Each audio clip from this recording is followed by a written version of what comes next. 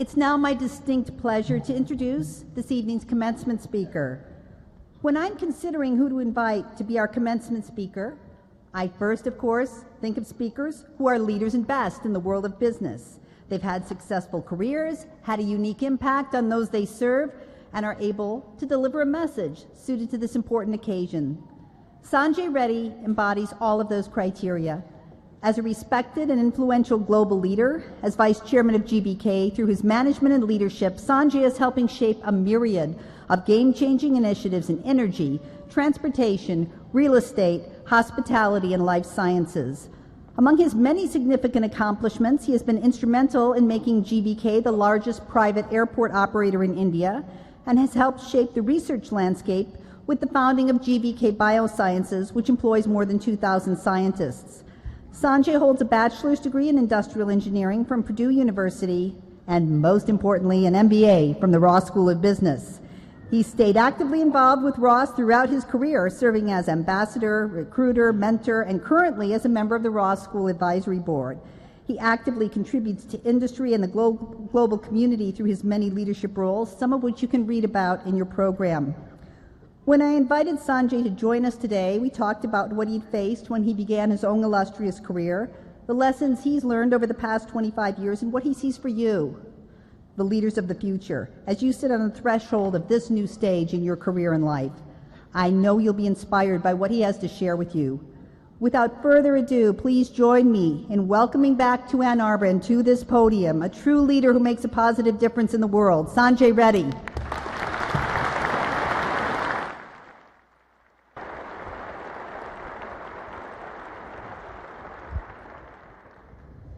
Good evening, Ross. How are you today? Must be that late night, huh? Dean Allison, faculty, families and friends, and most importantly, the smartest and brightest class of 2015.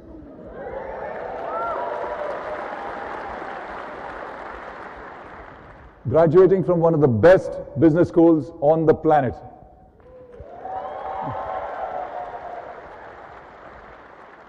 A hearty congratulations. 25 years ago, I was sitting where you were, and it brings back a lot of glorious memories. Let me share a small secret with you. Guess what I was doing when the rest of my classmates were studying for the first semester MBA exams, final exams? I was actually selecting a wedding ring. I fell in love with this beautiful girl, and we got married in India just 5 days before the final exams of my first semester. And if you see my glorious and gorgeous wife Pinky sitting right here, I'm sure you'll understand why I was in a hurry to say I do. My first semester grades were quite good, but thanks to Pinky, from there on, it was all downhill. Of course, that was a very small price to pay, as she was the best thing that ever happened to me.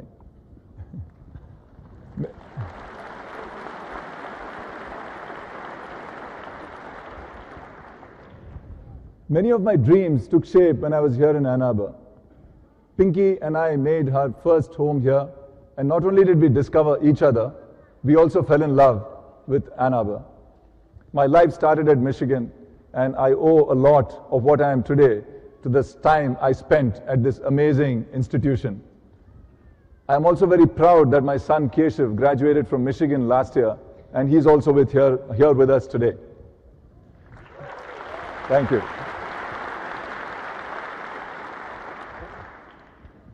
I was a very ordinary guy, actually, in school and in college. Ordinary in grades, ordinary in sports, and also ordinary when it came to impress girls.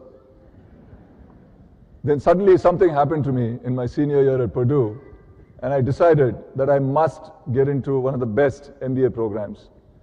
After a lot of research, I zeroed in on Michigan, and when I got accepted, it was my first major dream come true. For the first time in my life, I was actually going from ordinary to feeling extraordinary. It gave me the confidence that I could actually accomplish anything that I wanted. And it was one day here in Michigan that I decided that I have to take charge of my life and made a list of my personal goals for the next 25 years. Dean Allison, the headline of your recent blog read, Michigan Ross will change your life. Let me tell you that I'm a lucky guy, as Michigan Ross has already changed my life. And I'm quite certain that it will change all of yours as well. Of course, some of that credit has to go to drinking fish bowls at Charlie's, piling up all those calories at Zingerman's, and of course, most importantly, shouting your guts out on football Saturdays. When I was named as the commencement speaker, you would have thought, who's this guy from India? What is he going to say that would have any impact on me? When Dean Allison actually invited me to be the commencement speaker, I felt very excited and privileged, but also wondered, why me? Especially with my kind of grades. So then I realized maybe they didn't have access to grades so far back. But reading the new Michigan Ross motto, which states that Ross develops leaders who make a positive difference in the world, made me realize that I have been living with a similar motto in my life, and Allison probably thought that I would be the right fit. It was actually providential that I was named as the commencement speaker just when I turned 50, coincidentally exactly 25 years from my graduation. It was as though I've been called back to Ann Arbor to submit my report for the last 25 years. And this time around, I hope the faculty will give me better grades than they did in my MBA.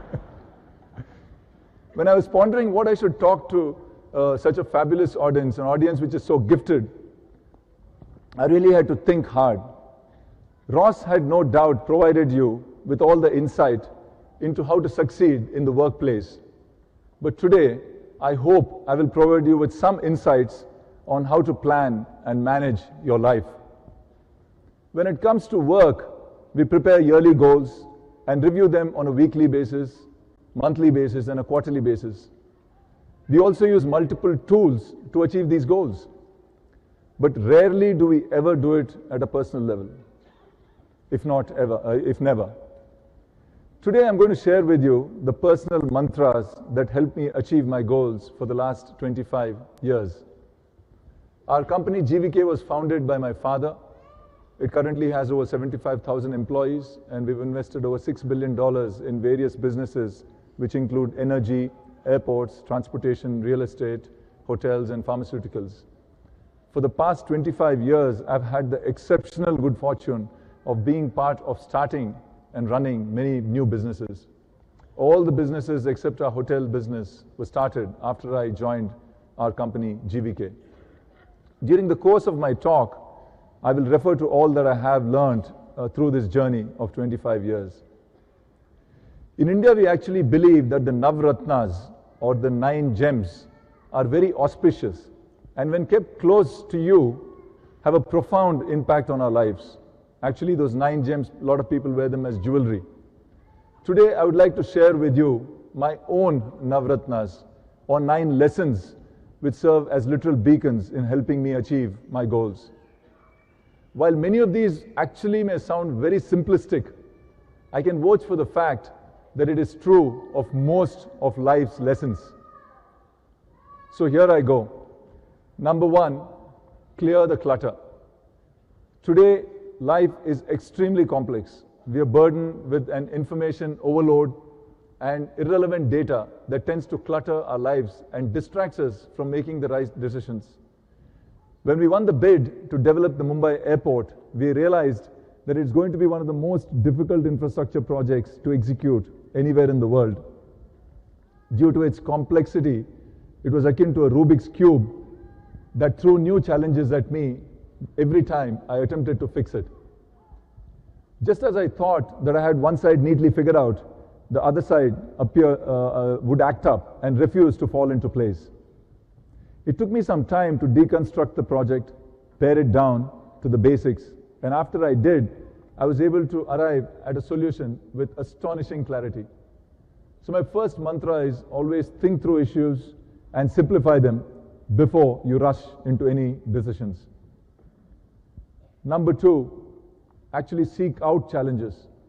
When you come across a challenge, face it head on. Do not shy away from it. This is one of the most important things I've actually learned from my father when I first joined business. Again, going back to the Mumbai airport, despite all the challenges that we had in front of us, instead of getting overwhelmed, I set up an audacious vision of shaping it into one of the best airports in the world. There were plenty of people who were actually laughing behind our backs because they were convinced that we would fail. Not only did we build a new airport in the same place as the existing airport while it was in operation, we simultaneously had to rehabilitate 300,000 people from 75,000 families who had encroached upon airport land by building new homes for them. It was akin to doing an open heart surgery on a marathon runner while he was still in the middle of a marathon. From the outset, we knew that what we were getting into, and therefore I instilled that never say die spirit into our team and stakeholders with the motto of one team, one dream. We eventually succeeded in transforming a huge challenge into a great opportunity. Number 3, keep learning. Like Albert Einstein, I ardently believe that the day we stop learning is the day we start dying. After we built India's first power plant, I wanted to test new grounds. I therefore started a pharmaceutical research company called GVK Biosciences. At that point, I knew as little about pharmaceuticals as I know about milking a kangaroo. It, however, gave me the wonderful opportunity to travel the world and learn a great deal about the exciting field of pharmaceuticals. Today, GVK Biosciences is one of the largest such companies in Asia. In my 25 years of career, I dealt with businesses based in unrelated sectors ranging from hotels to power, to pharmaceutical research, to airports, to resources. Each new business provided me with a new learning platform. So my friends, keep your eyes and ears open and always be in the learning mode. Strive to learn something every single day and from every single person that you meet. Number 4, do not limit yourself.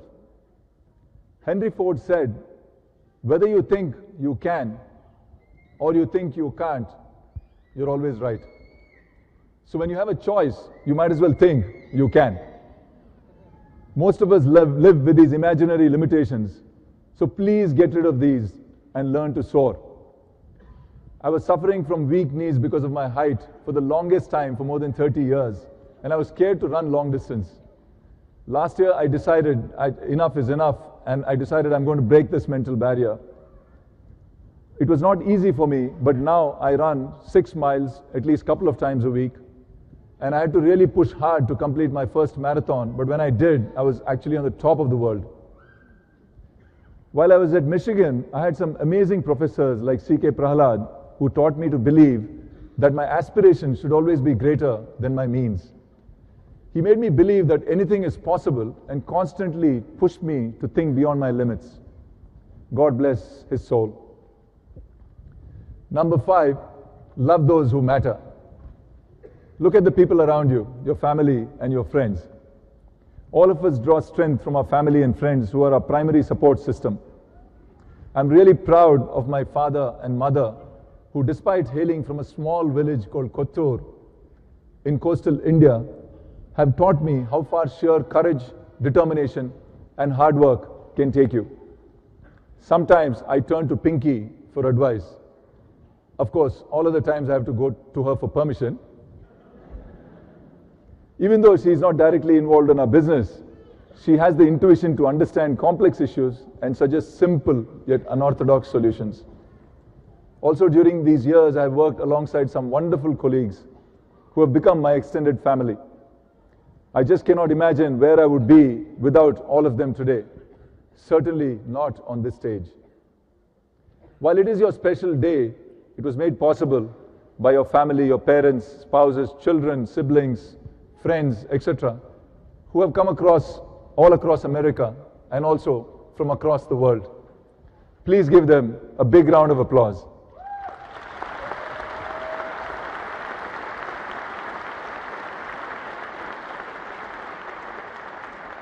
especially for the ones who are sitting right up there at the back. Number 6, follow your passion. Confucius said, choose a job you love and you will never have to work a day in your life. Imagine you get paid to have fun. I'm very passionate about being creative in everything I do. So when we built our first power plant, IFC Washington, which was our banker, questioned our commitment to environmental protection. So taking this up as a challenge, we built a power plant that was designed like a botanical garden. And also, it was the first power plant in the world which had a zoo and a bird sanctuary in it. Today, it is actually referred to as a botanical garden, which also generates electricity. So being creative makes me feel active and alive. So take a shot at what you really love, and in all likelihood, you will be successful. Even if you're not, it is better to try and fail at something you love than succeed at something you don't. Number 7, learn to ask why not. As children, we're always trained to ask the question why for everything. But when I started working, I modified that to keep asking why not. When confronted with a problem, I constantly ask myself, why not a solution that is different? A solution that is novel. At Mumbai Airport, again, given the limited land and multiple challenges, we were crazy enough to ask the question, why not aspire to become the best in the world? That was only possible if we could do something which was never attempted in any airport in the world. So we decided we're going to tap into India's rich cultural heritage and showcase the beauty of Indian art and design in our new Terminal T2. We went on to establish the world's largest art program in any public space. It is called Jai Hai, which means glory to India. And it's showcased on a 2-mile-long wall, which is 18 meters high, has 6,000 artifacts, some dating back all the way to the 10th century. The Louvre in Paris, which is the most visited museum in the world, has over 9 million visitors a year. Whereas Jai Hai, which is our airport museum, witnesses 40 million footfalls a year. Just imagine the impact it has on foreigners visiting India, and also the likely impact it will have on the next generation of Indians. From the most constrained airport in the world to the best in the world. That's what, and that's how far a question, why not, can take you. Number 8, celebrate failure. When I was here at Ann Arbor, one of my favorite classes was Failure 101, where I learned how to celebrate failure. Let me confess, and I'm sure it's the same with you, I hate to fail, I detest it, and will do everything to ensure that I do not fail. But if I do, which happens sometimes, I take full responsibility, don't look for excuses, or waste my time on regrets.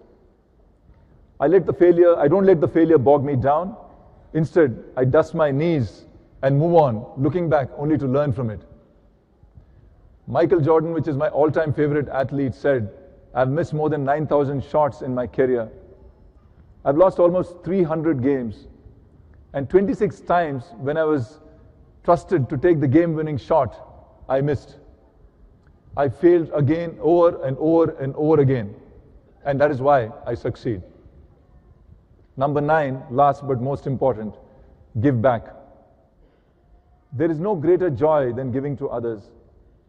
One of our most enduring and rewarding initiatives is called GBK EMRI, which is part of our not-for-profit free ambulance service, which runs 12,000 ambulances and also handles 200,000 calls a day and attends to 20,000 emergencies a day.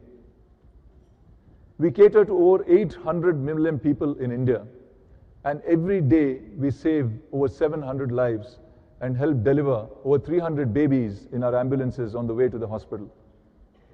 Just to put that number in perspective, that's how many babies are born each day in the entire state of Michigan. By the time I actually finish my speech, we would have actually saved 10 more lives and would help deliver 4 more babies. Prior to GBK EMRI, which was initiated 9 years ago, India had no organized ambulance service. To date, we have saved over 1 million lives. That's right, 1 million lives.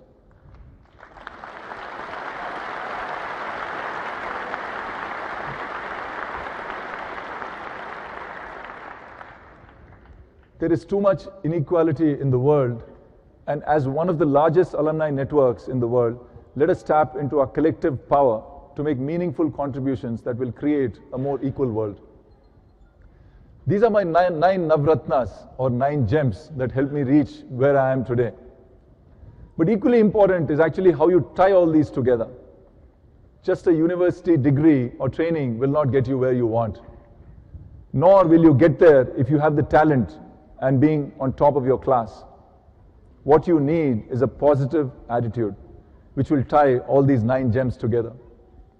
Always maintain a positive attitude, however difficult or complex the situation. Actually enter into a pact with yourself and keep remembering to always be positive.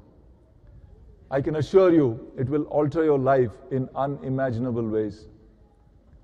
Life is all about simple truths which we forget in our day-to-day lives.